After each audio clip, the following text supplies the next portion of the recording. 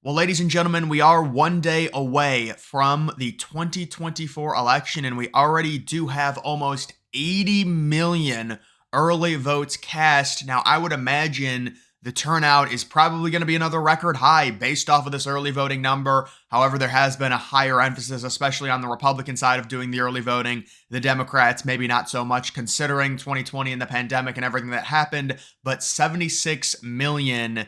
That's basically half of what we saw in terms of 2020, the overall turnout there. I think there's a few reasons we keep going up. The age of the internet, Donald Trump, there's a lot of people motivated to vote for him, vote against him. But let's take a look at this. You can see 41% Democrats, 39% Republicans. That is party registration. That doesn't guarantee Kamala Harris is at 41 and Trump's at 39, but we can surmise that 95+% of Democrats are going to be voting for Kamala. 95+% of Republicans are going to be voting for Trump.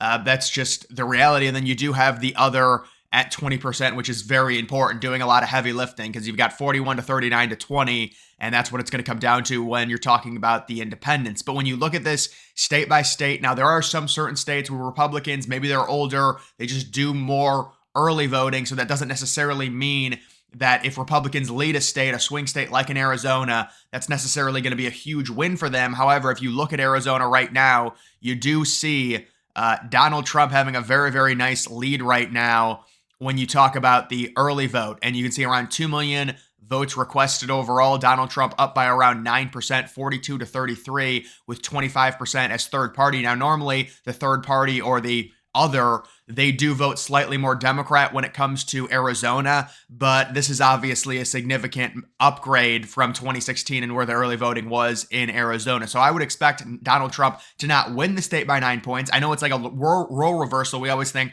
well, if Trump's doing this well in terms of the early voting, think about the day of voting, but you also have that 25% that we're not accounting for.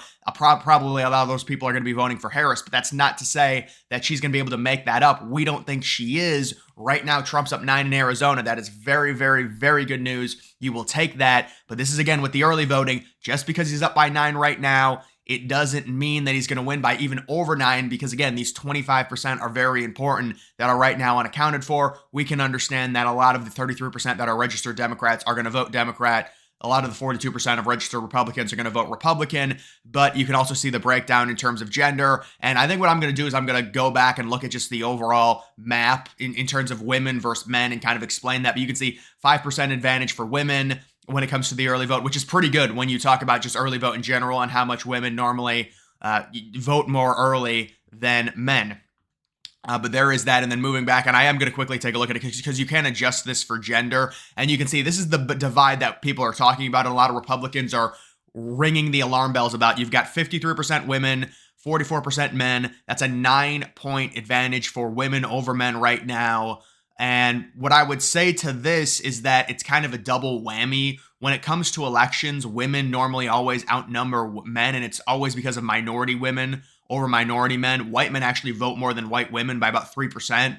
But this 53 to 44 doesn't surprise me because white women, or excuse me, just on average, women vote more than men. And on top of that, they do early voting more than men. So it's like a double whammy, but it's not at 9%. You're going to see that gap closed for sure when it comes to the day of results and the day of voting. There's going to be more men voting day of. This right here is why there was a lot of alarm bells that were rung. However, I understand why they're doing it. Republicans doing the fear mongering. You got to get people to the polls. I get it. But this is not shocking data. It's not like if this was, 60% to 35, it'd be crazy. But this doesn't surprise me. Men very likely will make up ground. They're not going to pass women in terms of, or we wouldn't expect it just based off of past elections. But they're going to close it to the point where I don't think it's going to be a crazy reason why Trump would lose this election. So 53 to 44, we will see what ends up happening in terms of the day of vote. But there are a lot of votes cast, but there's still so many more day of votes that are going to be coming in. But that's just the reality when it comes to that. Looking at another state, well, you can see this is just the breakdown, men versus women. Obviously in Pennsylvania, plus 13 women. Trump's going to have to make up ground on that. Plus 10 in Michigan. You do have plus 7 in Wisconsin. But let's just go back to the party registration. Right now, things are looking very, very nice for Donald Trump in Florida. You can see Republicans at 44%, Democrats at 33%. That's an 11-point advantage. You've got others sitting at 23%. Do we really, like, obviously Donald Trump is winning the state. These numbers would not be here in terms of the early vote in Florida if this state was some type of swing state. I know liberals were trying to make the argument about a month ago that Florida could potentially be won by them, but they've really stopped. And I would imagine this is probably going to be at least a 9 to a 10 point win in Florida for Donald Trump. The numbers plus 11 is really good. But again, you're talking about limited data here. There's still so many more ballots left to cast, and you have this 23% here. So I would say about a 10 to 11 point win, but it is a very nice indicator to see Trump up. Ohio, it's very impressive. Trump sitting up by 10 in Ohio in the early vote. There's still a lot more votes out, but there's only 10% other. So yeah, Republicans up 50 to 40. I could see around a 9 to a 10 point win for Donald Trump in Ohio, which would signal a clear Bernie Moreno victory. And when it comes to Pennsylvania, which is the most important swing state right now, Democrats do have a big advantage. However, their firewall has been significantly cut.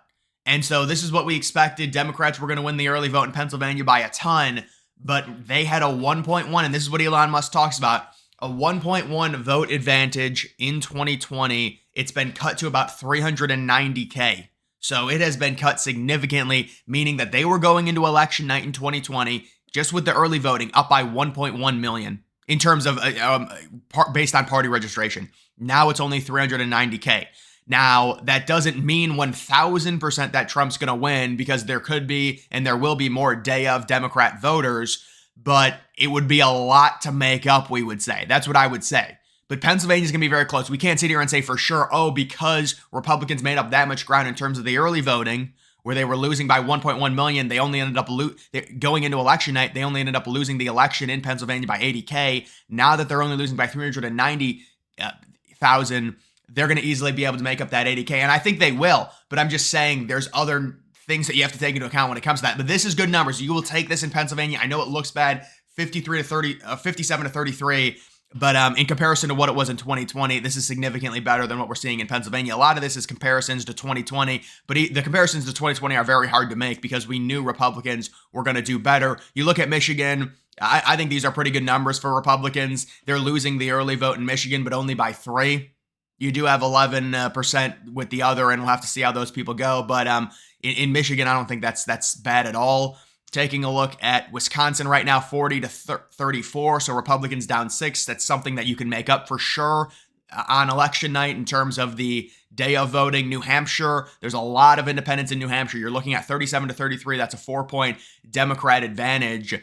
But New Hampshire is a state that we're watching in terms of that. Taking a look at North Carolina, you've got other sitting at 35%, Republicans 33%. So Republicans are outnumbering Democrats by 1 in terms of the early vote, but it's going to come down to that other third party affiliation, or some people that aren't affiliating with either party. Georgia Republicans sitting up 3 in terms of the early vote. That's very, very good news when you look at that. Georgia looks really good. I would say North Carolina looks solid. Arizona looks really good. This is pretty much what we expected. You take a look at Nevada. The early vote's been great in Nevada. That's part of the reason why the odds have moved on Nevada to where it's a slight Trump favorite now. You see Republicans sitting +4 over Democrats, and then the other at 28%. So there's another good sign in Nevada. This is like a Rust Belt election. If Trump can take the Sun Belt, you only need 1, or you don't even need a Rust Belt state if you can take a New Hampshire, where Republicans are only trailing by 4 right now. That's not to say they're going to lose by 4. There's a lot more data that goes into it. There's day of votes. There's the amount of people that are not registered with a party. You also do have Virginia right now. Democrats sitting +11. Virginia is a state that Trump is certainly trying to flip, although he only did 1 rally there, so we'll see in Salem. But Democrats right now +11 there. But those are pretty much, if you take a look, I think you can filter for battleground states. So they have the 7 battleground states. Democrats +3, Democrats +6, Democrats +24, Republicans +1, well, I accidentally clicked that. Republicans +3, Republicans +4, Republicans +9. So the Republicans are putting up a significant better of a fight in terms of the early vote. There's no doubt about it. The gender is what's going to have to be made up when it comes to these states. And I think it will. I think a lot of it's fear-mongering because Republicans and the influencers are trying to get people out to vote, which is understandable, right? But this is not something that's peculiar. This is what we kind of expected. There was going to be more women than men voting in these elections in general. And on top of that, you were going to see more men vote day of, where women do more early voting. So, and also another thing we'll see, and that's not showing up here because they don't have it in terms of, the demographics, we are seeing a lower number in terms of early voting of minorities, which is a bullish sign for Donald Trump, and especially in Georgia.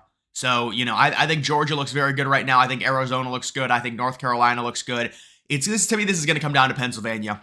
And you don't want to sit there because I've seen a lot of people predict a split Rust Belt. I don't have it split. I have Trump winning all three. But it could be a thing where Trump wins Pennsylvania but loses the other two, or Trump wins Pennsylvania, Wisconsin, and loses Michigan. I mean, that could happen. But they're all just so close right now in terms of polling. That's why you're seeing people split them. But overall, I would say when it comes to this early voting, people always ask me about early voting. It happens all the time when I do the live streams, and it's just like there's so much data that we don't know. I can't say, well, for sure Trump's going to win this state based off the early voting. It looks decent, but it's day of turnout. That's what matters. And liberals are happy because of the amount of women, but we knew there was going to be more women doing the early voting than men. So it's like when you have to put all this stuff into context. And so, listen, the early vote stuff checks out for a Trump victory, absolutely, but it's not something to where I can say, oh, it's definitely over. I know there's been people that say the morning of the election we'll know if Trump won or not, and it's based off of the turnout that we're hearing in the key swing states, like a Pennsylvania, for example. If there's a record turnout in Pennsylvania and Republicans have cut into their firewall by like 600K, that's a pretty good sign for Republicans. Democrats are going to try and argue, well, no, it's Democrats who are doing more day of voting than early voting, and we're going to have this back and forth. Let's just get to the election. And that's really the hope. So, right now it checks out, I would say. I'm surprised the amount of mail-in and early votes. I think when it comes to this early voting, I think mail-in needs to be gone. Unless, you have an exemption or something, then obviously you should be able to mail it in. But most of these people that are doing mail-in, they don't want to go to the polls. And it's one of those things where, they've banned mail-in in so many countries because of the fraud. It would be better to add another safeguard. You've got many people in this country that don't trust our elections. Let's do some things like other countries in Europe have done to where you could still have the in-person early voting, but the mail-in voting goes away and it's just in-person early voting, and do it like that. So that would be the next step for that, and obviously voter ID and all of that. But I'm just saying in general, because this is 76 million. I mean, this is basically half of the country already voted. I don't know if it's actually going to be half, because I do think we're going to break a record, and both candidates could get around 80 million, so it might be a little bit less than half. But if we get another update here, maybe it is going to be over half in terms of early voting. Because people were asking me, they were like, is there going to be more day of vote? And I'm like, yes. Well, maybe not. I mean, I didn't know there were 76 million votes that were already cast. And these numbers, again, normally, you look at it right now, Democrats winning the popular vote by 2. That other is very important. The 20% is extremely important. And listen, this is what it is. If Democrats did win the popular vote by 2, if Kamala won the popular vote by 2, we'd be looking at an extremely close election. That I would say there's about a 60% chance, 70% chance Trump wins. If Harris wins the popular vote by 2, other people will be more aggressive with it and say, well, there's a 90% chance. That's because they're basing it off of the 2020 electorate. It's different. Trump's going to make up ground in terms of the popular vote in many of these liberal states. He's not going to take the electoral votes, but he's going to make a popular vote ground, making the election more condensed, making it closer while not gaining any electoral votes. That's why it's going to be different. And that's why I say if Harris wins by 2, it's not a lock that Trump would win. In 2020, it would be a lock, yes, but this is just different in terms of the way the votes are, Republicans are going to pick up votes in terms of the popular vote in liberal states, and the swing states are still going to be very close. But either way, guys, that is going to do it for this video. Make sure you follow me on X. Links to that's always in the description.